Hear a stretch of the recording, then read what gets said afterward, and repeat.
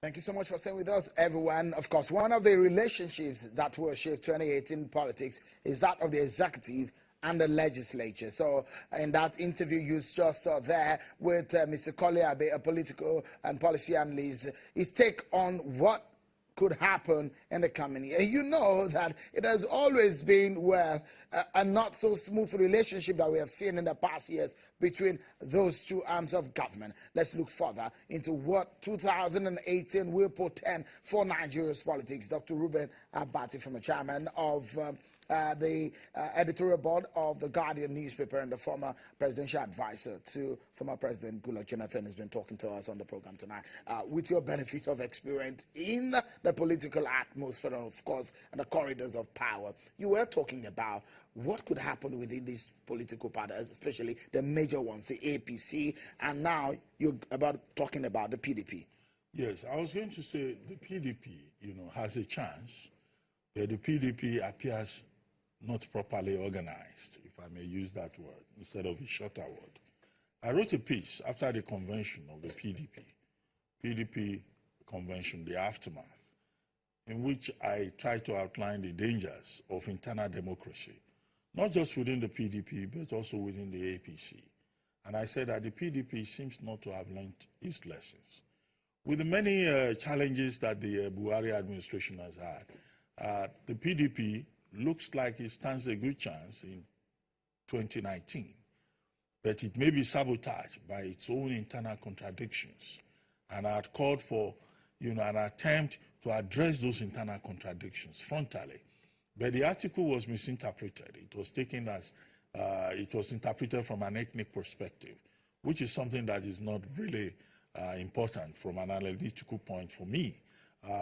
But as an institution, political parties must conduct themselves in a manner that they can inspire the confidence of the people. It seems that that is already haunting the party. Well, there are already cases in court. In Ogun State alone, there are 2 different cases that are before the court. Then you also have the fresh PDP, which has come up. The fresh PDP, I don't think they are really determined about what the gentleman called restitution. What does he mean by that? It's a vague phrase. He says some people there should be some juggling and all that. Those are meaningless phrases, except he's calling for another convention. But the fresh PDP can play the role of a spoiler.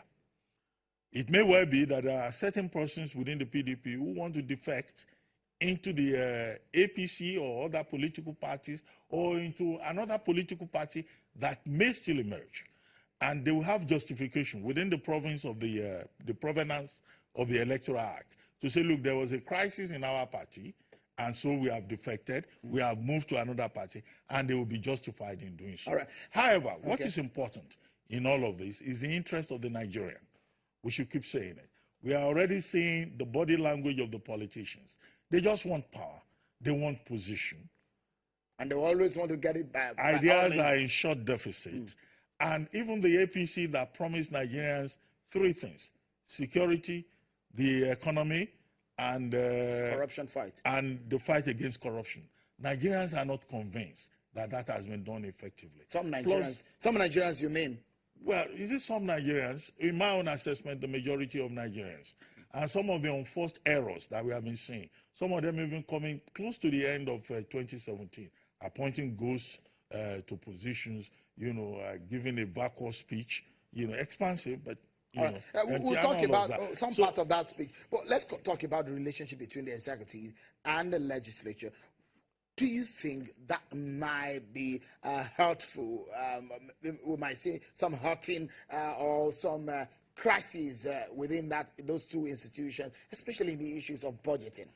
Well, again, it is unfortunate that you have a party that is now dominant, that is in power, that has a majority in the National Assembly and at the state levels, and the executive is not getting the right amount of support that it deserves or that it should expect from the National Assembly.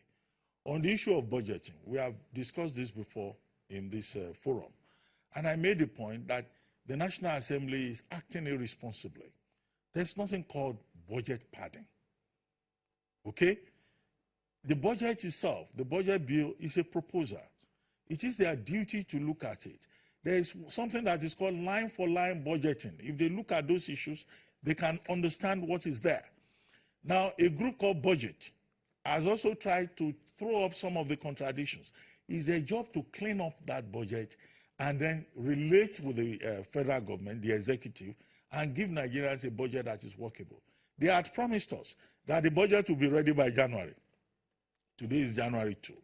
If we're not careful, we will have the same kind of gridlock that we had in 2016 and that we had in 2017, and there will be no budget in place. And at the end of the year, what we'll be talking about will be low budget performance. So I think that in every instance, members of the National Assembly themselves should put Nigeria first. It's not everything that you blame the executive, that you blame, oh, it's President Buhari, it's President Buhari. No, the governance process is a collective contract on behalf of the Nigerian people. All right, let's quickly talk about this issue. The president did mention it in his speech at the first day of the year, and he said the issue of restructuring is more about the process than that of the structure.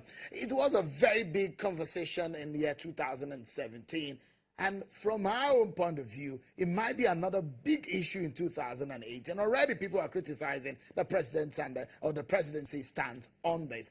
What do you think this might, or what could happen in this regard in 2018? I listened to the president. I was lucky. I woke up early, despite the New Year 12 midnight, 2 o'clock celebration. And the moment he started talking about restructuring, I thought it was pointless. Why? I didn't think he needed to greet Nigerians on January 1, with an issue that Nigerians were already forgetting about. You know the debate, when Nnamdi Kanu was on the scene, only God knows where he is now. Restructuring was a big issue and everybody talked about it. Yes, it's an issue that will not go away, but as a government, you don't just go and wake up a controversial issue on the first day of the year and then create an unavoidable debate. So as it is now, it's President Buhari himself that has instigated this debate that he could have avoided because nobody was, again, so emotional about it. However, he brought it up. And then whoever was the speechwriter, that distinction between processes and structures is absolutely uneducated and unintelligent. Why? Because processes and structures are related. They are the same. You cannot come and say, oh, let's deal with processes, let's forget about structures. I don't see how that distinction exists in the reality of governance.